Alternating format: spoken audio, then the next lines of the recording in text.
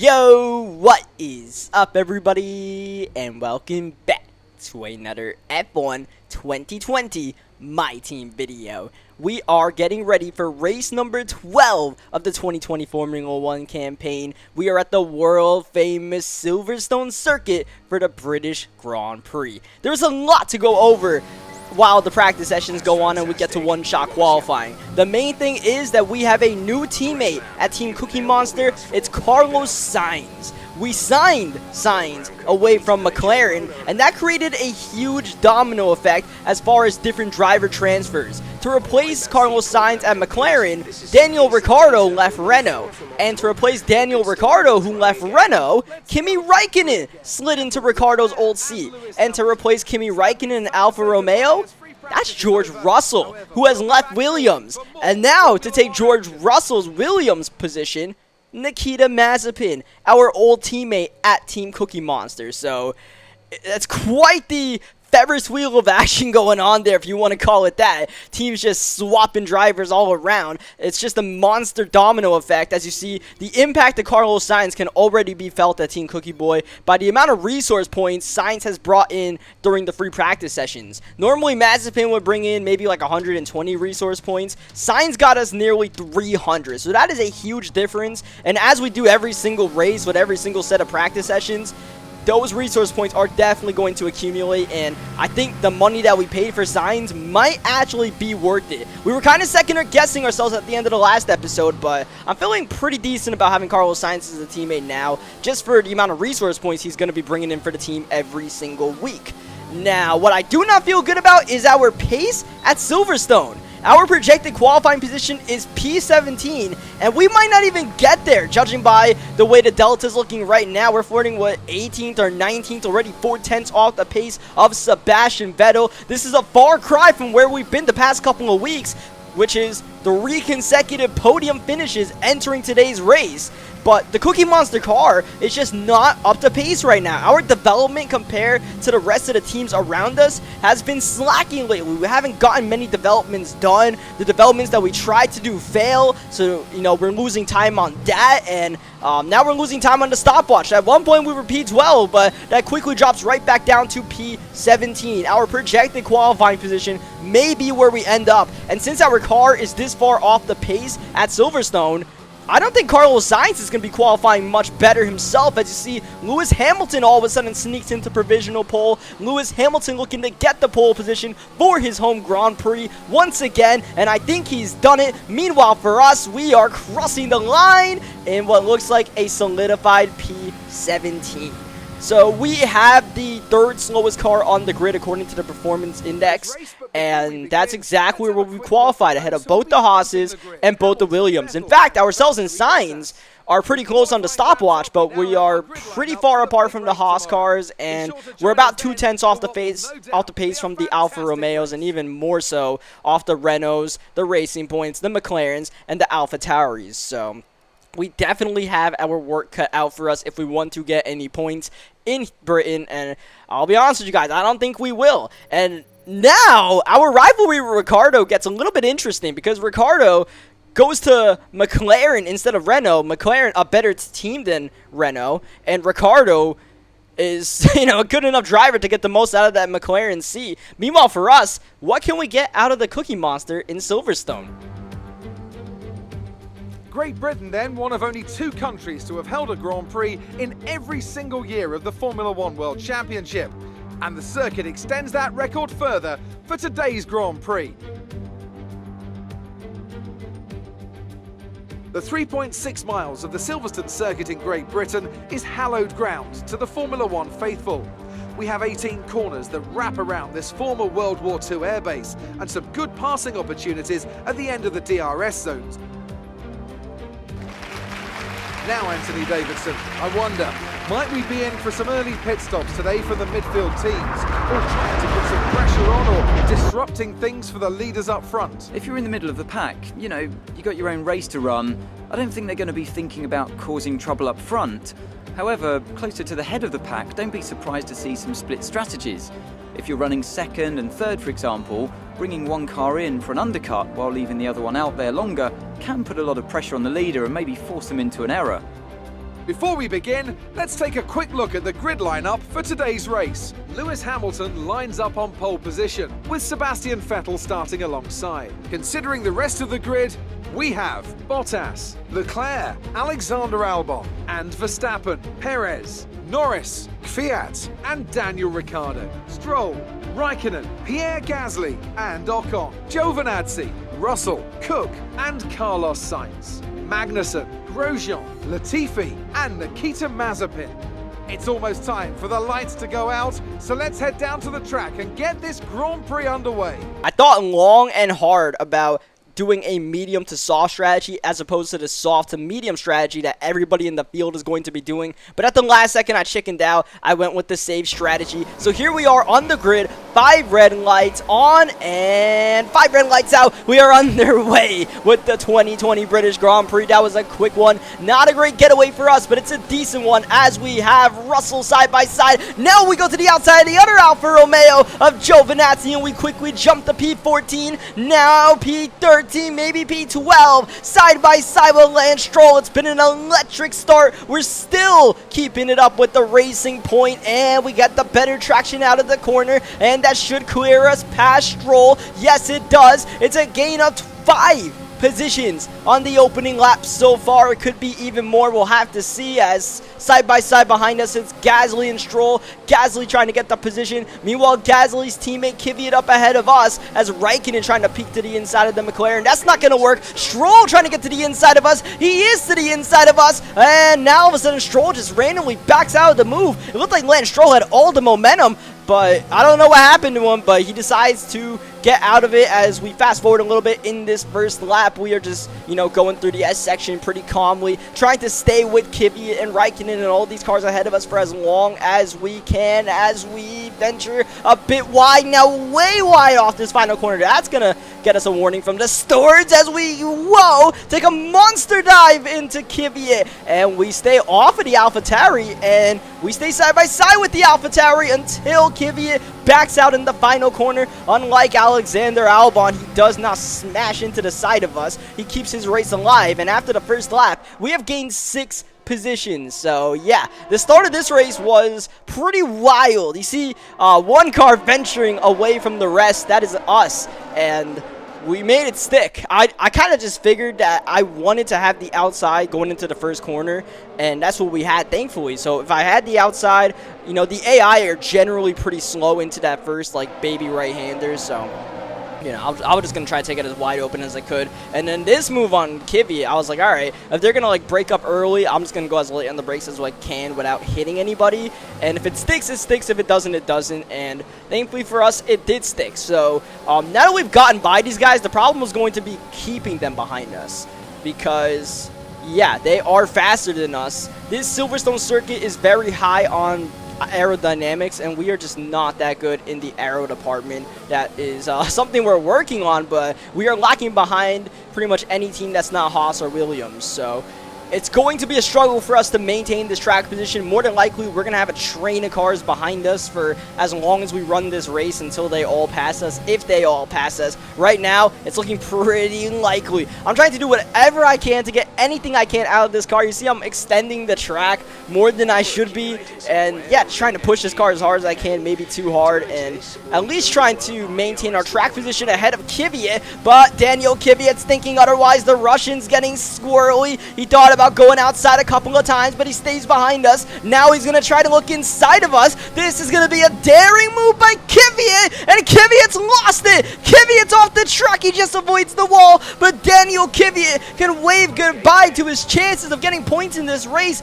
unless a safety car comes out to shake things up. Now we have the AlphaTauri of Gasly behind us. As we look at the replay, I was just trying to assess this to see, if it was completely my fault or if that was just Kvyat pushing the issue. I think we could have given Kvyat a little bit more space, but I mean, side by side in that corner is pretty daring, so, whatever, Kvyat, if he spins out, that's kind of on him. Gasly's looking inside of us. Whoa! These guys are really pushing the issue to try to get past us, and we're about to go side by side into the S section. No, we're not. Gasly backs out of it. Whew. Pierre Gasly may be a little bit smarter than his teammate. He's just going to wait for the right moment, which may be now with DRS open. Look how fast Gasly's going to get us down this straightaway. Outside now, inside. Pierre Gasly just has the nose ahead, but we go later on the brakes and trying to do what we can to accelerate, going off the track a little bit to defend our place, and we do defend the 11th position from Pierre Gasly for now. I'm trying my hardest, but part of how hard we are trying is if we go off the track one more time and get a warning from the stewards, it's not going to be a warning. It's going to be a 3-second time penalty. So, yeah, we got to be a bit more careful, and we got to be a bit more careful. That might ultimately cost us these positions. Like I said, I'm trying as hard as I can, but at some point, especially once these tires wear out, they're going to get a great run on us. It may happen right now. Gasly once again to the inside. This time, Gasly doesn't back out. He's going to try to keep his foot in it. He's going to try to get side by side with us. Barely. We're going to leave some space. We make some contact. Still side by side. Gasly trying his hardest. Gasly knows he has DRS here. This should be where he pounces, but Gasly's getting squirrely and eventually does go side by side with us. This should be his opportunity to get the move done on the inside. Should be able to accelerate quicker. There is Gasly up into P11, but we're going to give it one more go. Bouncing off the curb, not bouncing into Gasly. We avoid him and we stay away from Gasly by getting ahead of him, but the AlphaTauri's about to take another peek as we start lap 7. Gasly thinks better of it. We still hold on to P11. There is a yellow flag, nothing to do with us. It's actually Daniel Kvyat. Kvyat has pulled off of the track, and Kvyat's disastrous British Grand Prix is over. He retires with a mechanical failure. Meanwhile, the other AlphaTauri continues to try to put us under all of the pressure, and we just are doing just enough to fend him off. But you can look on the mini-map and see just the straight-up train that is formed as we have a yellow flag up ahead, and not too sure what. Actually, I think that's just Kvyat's car off the track. Yeah, I think Kvyat's car just disappeared. So, yeah, literally everybody besides the two Williams are behind us right now, including our teammate Sainz is in this mess. So, whoa, that's Hamilton again. Hamilton is smoking and out of the British Grand Prix. The second race in a row, Lewis Hamilton has retired from the lead. The Mercedes is fast, but it's suffering from reliability issues. Virtual safety car is out because Lewis Hamilton is parked in a semi-dangerous position, and that might open up the pit window for us. We're near the pit lane, and we are going to pit on this lap. I thought about it, and eventually we do pull into the pits. This should be our one and only pit stop. We're going to go from softs to hards. It's going to be pushing it to get these hards to the end, but we should be able to do it pretty easily. It's more so about the pace. How much pace are we going to have at the end of the race with the hards on, as opposed to if many people are pitting for the softs, or from softs to mediums. As you guys saw, that was the normal strategy. We went hards because I didn't think the mediums would be able to make it to the end, especially in our cars. So, yeah, Hamilton's out once again. We make a pit stop under virtual safety car. We'll see how much of a strategy play this is for us. Remember how well pitting under a VSC worked for us in the second race at Bahrain. I don't think it's going to work that well, because this is a one pit stop race as opposed to Bahrain, which was a 2 pit stop race for a lot of, or pretty much all of the top 10 runners. But nonetheless, you know, we'll see if we gain any time, at least separate ourselves from that huge battle pack that we had caused by our lack of pace. So you see, now a couple of laps later, everybody's coming down the pits. They're all boxing for mediums, and they're all way behind us. Remember, Gasly was right behind us before the VSC for Hamilton. Now he's pretty far off, and in fact, I think Gasly's been overtaken in the pits by Ocon, as you see Stroll, Russell in his debut race for the Alfa Romeo. It's definitely fun to see some of these guys in different cars. Raikkonen going from the Alfa Romeo to the Renault, he's in position to get some healthy points. Ricciardo in the McLaren is definitely nice right now in P7. I believe Ricciardo is best of the rest. He's doing better than Lando Norris, his young teammate. So, attaboy to Ricciardo, as you see Verstappen. I believe Verstappen is pulled to the side. Verstappen may be out of the race. Yellow flag up ahead, and that's Max Verstappen sitting in the middle of the track. We let off the gas, not sure what was happening with Verstappen, and I believe Verstappen has gotten going. This may be a similar situation to what happened in the Netherlands when Verstappen spun all on his own. This is not a mechanical failure. This is Verstappen sitting on the side of the track. As we look at the replay, that's Verstappen on the inside of Bottas, and that's Albon on the inside of Verstappen. They went 3 wide into the first corner, and that did not end well for Verstappen at all. I don't know what Albon was thinking, going 3 wide, putting his teammate in that position, and Max gets bounced around like a pinball. As you see, I believe that is the Ferrari of Sebastian Vettel, who had to let out of it just to make sure he didn't hit Verstappen. As we go on board with Max, and you know, literally nothing Max could have done. No way he could have expected his teammate Albon to put him in such a precarious position. And you see Max is just off to the side, and Max waiting for a couple of cars to pass, and then he reverses on the track, which I'm not sure you're even allowed to do. I'm pretty sure you get disqualified for reversing like that. So Max should be lucky he's still in this race, but I think Max can kiss his chances of getting points goodbye, because he's probably going to have to make a pit stop. He probably has some damage, and he is definitely in the back of the running order after sitting on the side of the track for so long. So we have 10 laps to go in the British Grand Prix. Verstappen has taken himself out, or got taken out of this race. Hamilton has retired from the race. So yet again, we have a race where teams, like some of the top 3 teams in Formula 1, have suffered major issues. I don't know why my team races always have these dramatic kind of, whoa, not lunges from Ocon, but we do have a lunge from Ocon. He actually hit the side of us there, really trying to go late on the brakes. But yeah, I don't know why we have all these crazy races where like the top guys always either DNF or take themselves out, especially Verstappen. Max Verstappen has really had a rough stretch of races. This is the second race in a row his own incident, or a track incident, has caused him a problem. We can't blame the British Grand Prix one on him, but the one last week at the Red Bull Ring was, you know, some of Max on that first lap. So now we focus on ourselves. We are in P9. We are in position to get points. Before the Hamilton and Verstappen problems, we were not in position to get points. Now we're actually in 9th place, so a chance to get points if we can hold off these hungry hounds behind us. We have the Renault of Ocon, we have the Racing Point of Stroll, we have both the Alfa Romeos and the AlphaTauri of Pierre Gasly. And then at the end of this pack, we actually have our teammate Carlos Sainz. So even Sainz is tagging to the back of this group. So we are now at 4.5 laps to go of this race, and Ocon is close. Ocon is getting closer and closer through the S section, and with him having DRS down the straightaway, this might be his chance to pounce on us. Ocon slipstreaming, DRSing. Look how fast the Renault is. Now he's side by side with us, and now he's ahead of us. Ocon clear. Yes, he is. Esteban Ocon moves up to 9th place. Remember the French Grand Prix? We had a battle with Ocon, and in that race, we overtook Esteban Ocon after he passed by us on the last lap. This time around, Ocon gets the move done, and we do not have any retaliation. Ocon is clear, and Ocon is probably safe to finish in P9, barring any more crazy, unexpected plot twist. Now, the battle is for P10 with ourselves and Lance Stroll. We do have DRS on this lap, so that's going to allow us to fend the very fast tracing point of Stroll for now. But next lap, whole different story. You see, Jeff's trying to get me to pit. He wants me to pit again, but we are not pitting. We're running these hard tires to the end. Part of our lack of pace to the guys around us is they are all on the mediums, and we are on the hard compound tire. If we pit for the mediums, I don't know how it would have went. I don't know if we could have made it to the end on the mediums, but that was not a risk I was willing to find out with us pitting under the VSC. So was it the right decision to pit under the VSC? I still think so. I think it's just our lack of pace that is showing up at this track.